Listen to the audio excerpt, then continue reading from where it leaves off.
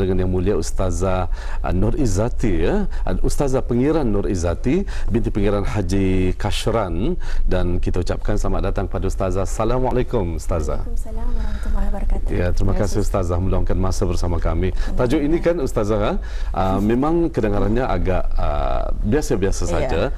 Tapi mungkin kadang-kadang memberi impak yang kadang-kadang mendalam pada, terutama sekali pada anak-anak dan kita inilah ya yang baru kan belajar puasa. Jadi baik, jadi sebagai mukadimahnya Ustazah, mungkin dapat dijelaskan mengenai dengan topik kita.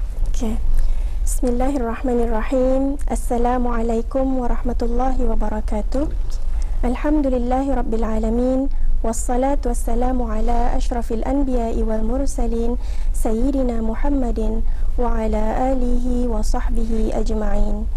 Subhanaka la ilma lana illa ma 'allamtana innaka antal alimul hakim. Rabbi shrah li sadri wa yassir li amri wahlul 'uqdatam min lisani yafqahu qawli, amma ba'd. Okey, alhamdulillah, segala puji bagi Allah Subhanahu wa taala. Terima kasih saudara-saudari penyampai. Alhamdulillah kita ni bertemu lagi di dalam bulan Ramadan ini berkat daripada izin Allah Subhanahu wa taala juga. Alhamdulillah kita ni dipanjangkan usia, dipanjangkan umur sampai lagi bertemu bulan Ramadan ini. Alhamdulillah juga bulan Ramadan ini adalah bulan yang paling kita ni nanti-nantikan sebagai umat Islam ni. Apa tidaknya bulan Ramadan ini sekali saja dalam setahun. Betul. Memanglah bulan lain pun sekali saja dalam setahun. Jadinya tapi bulan Ramadan ini Rasulullah sallallahu alaihi wasallam sendiri pun sangat-sangat excited kalau tibanya bulan Ramadan ini. Ada hadis meriwayatkan di hujung bulan Syakban, akhir-akhir bulan Syakban, Rasulullah akan kumpul para sahabatnya. Dia panggil semua, wahai sekalian manusia, katanya, di depan kita ni dah lagi batahan ni akan sampai satu bulan yang paling istimewa, katanya.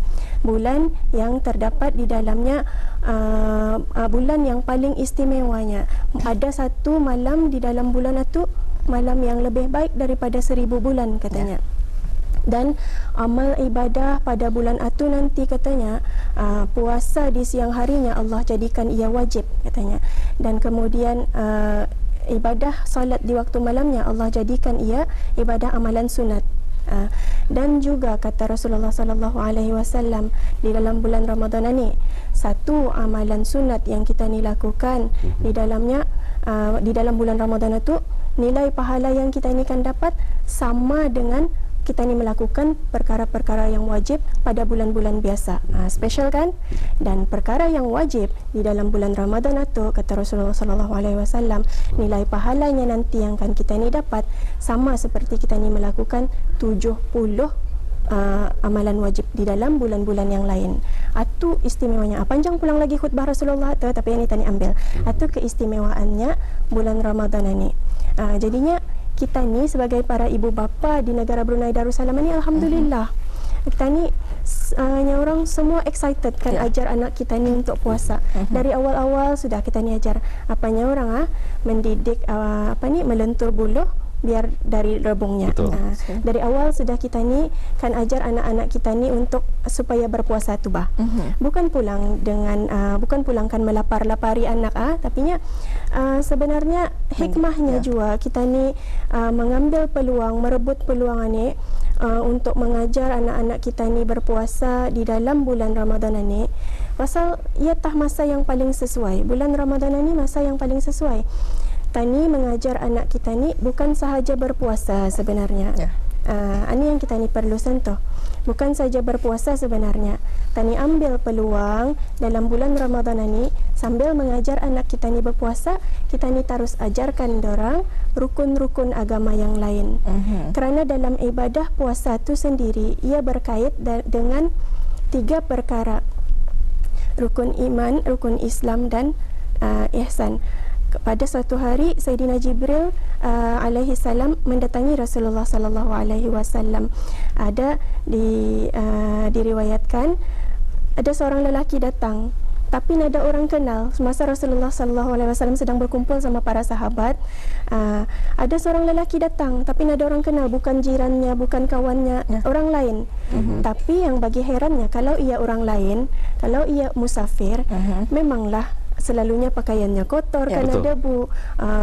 rambut indah terurus kerana dari perjalanan yang jauh, bukannya macam datang dari tempat yang hampir, tapi orang ini smart, handsome, bergaya macam-macam, mendatangi Rasulullah sallallahu alaihi wasallam, dan Rasulullah diam seketika, dan kemudian ia berlalu. Rasulullah beritahu para sahabat, wahai para sahabatku, maukah kamu tahu, mau kamu aku beritahu siapa yang datang itu tadi? Kata para sahabat, siapa kan tu? Nada orang kenal tapi ia smart. Kalau ia musafir ganti ya macam apa ni, kusut masa dan sebagainya. Kata Rasulullah sallallahu alaihi wasallam, ya tah tadi yang datang itu adalah Jibril, katanya. Bahapa ya, kata para sahabat. Kata Rasulullah, ia menyampaikan kepadaku tentang 3 perkara. Yang pertama tentang Islam, yang kedua tentang iman, yang ketiga tentang ihsan. Saya cerita secara ringkas lah. Apa dia Islam? Islam, Rasulullah beritahu, Islam ialah antashhadu an la ilaha illallah, hendaklah kamu mengucap syahadah kepada Allah Subhanahu bahawa hendaklah kamu bersaksi bahawa tiada Tuhan selain daripada Allah, Nabi Muhammad pesuruh Allah. Dan apa ni, yang kedua mendirikan solat, yang ketiga puasa, zakat dan haji dan sebagainya. Dan kemudian rukun iman, percaya kepada Allah, percaya kepada malaikat, kepada rasul, kepada kitab dan sebagainya sampai ke 6 itu. Dan kemudian yang terakhir sekali, apa dia ihsan? Kata Rasulullah, Jibril memberitahu ihsan itu macam mana? Ihsan ini macam mana? Engkau menyembah Allah, anta'budallah ka'annaka tarahu, seperti mana engkau boleh melihat Allah tu. Macam tu takutnya kau menyembah Allah.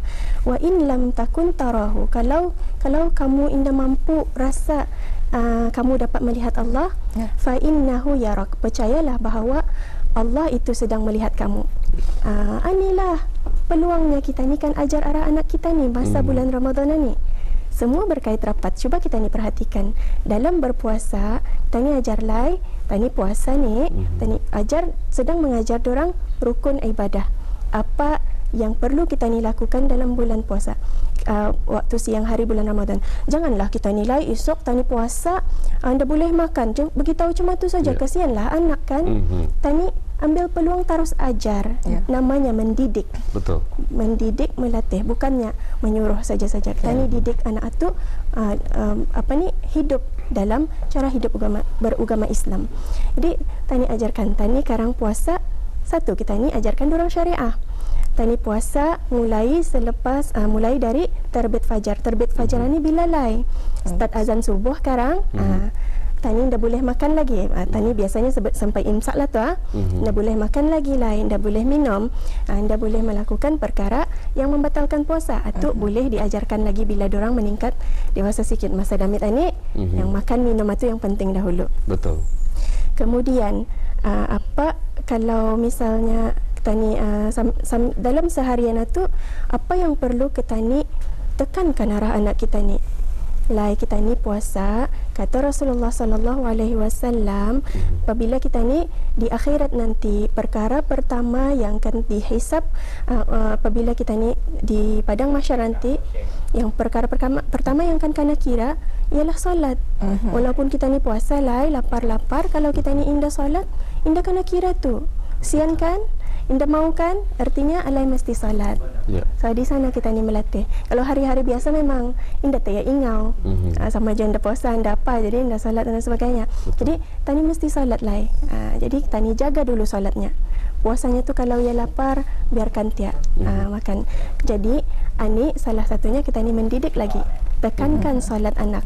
Dan satu perkara lagi yang paling cantik dalam agama Islam, satu didikan rohani yang paling indah diajarkan dalam agama Islam. Kita ni diberi satu kepercayaan, satu mindset bahawa walaupun indah ada orang lain melihat kita ni, Allah Subhanahu Wa Taala tetap melihat dalam ihsan tadi. Yang ditekankan dalam ihsan. Jadi si alai ni tadi, bila ia tahu tentang itu, dibagi tahu si alai, hendaklah kita ni menyembah Allah, kita ni beribadah ni seperti mana kita ni melihat Allah. Kalau indah dapat pun Allah melihat kita ni lai. Jadi bila kita ni suruh anak kita ni berpuasa, bukannya atas perintah kita ni, tapi anak tahu atas perintah Allah. Bila kita ni adakah, kita ni nadakah, ia tetap melakukan ibadahnya kerana takut kepada Allah, kerana Allah Subhanahu Wa Taala. Berbeza dengan kalau kita ni suruh ia puasa atas perintah kita ni. Kalau kita ni nada, ya boleh buka Xbox. Betul. Kalau kita ni indah nampak, ya boleh minum, ya boleh makan, masa mandi dan sebagainya. Tapi bila tani terapkan ihsan dalam diri anak kita ni, insya-Allah kita ni indah payah ragu, indah payah risau. Anak kita ni akan automatically menanamkan, kita ni sudah tanamkan sifat jujur, amanah dalam diri anak-anak kita ni. Itu yang cantik dalam kita ni melatih anak kita ni berpuasa. Di dalam bulan Ramadan inilah kita ni rebut peluang itu. Dalam bulan lain ini dah dapat. Pasalnya akan disuruh anak puasa dalam bulan lain, orang lain makan. Ini semua sama-sama dalam apa, mindsetnya sudah ready untuk beribadah dan sebagainya. Bulan anitah, bulan yang paling istimewa kita ni rebut untuk mengajar anak kita ni berpuasa. Dan dalam berpuasa tu sekaligus tani ajaran anak kita ni dalam bidang-bidang lain dalam agama ni. Bila Ustazah sebut tentang mengajar, memang sifat Ramadan itu lebih kepada tarbiyah dan tarbiyah pengertiannya pendidikan, ya Ustazah. Mungkin dapat dijelaskan, ya, mungkin ada ramai juga penonton kita di luar sana ingin mengetahui, mungkin ada agama Islam menetapkan sekian berapa usia bagi ketani mendidik anak-anak ketani, mungkinkah daripada bermula 6 tahun, mungkinkah berapa tahun, mungkin dapat dijelaskan. Dan apakah penekanan bentuk penekanan maksudnya yang perlu kita terapkan pada anak-anak kita? Alhamdulillah. Bismillahirrahmanirrahim. Allahumma hidayatan lis-shawab.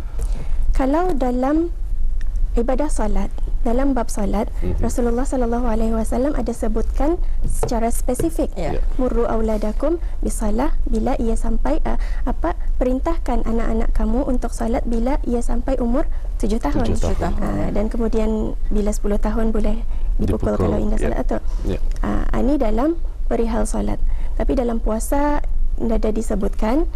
Tapi ada ceritanya, dulu zaman sebelum lagi diwajibkan, difardukan ibadah puasa dalam bulan Ramadan, dulu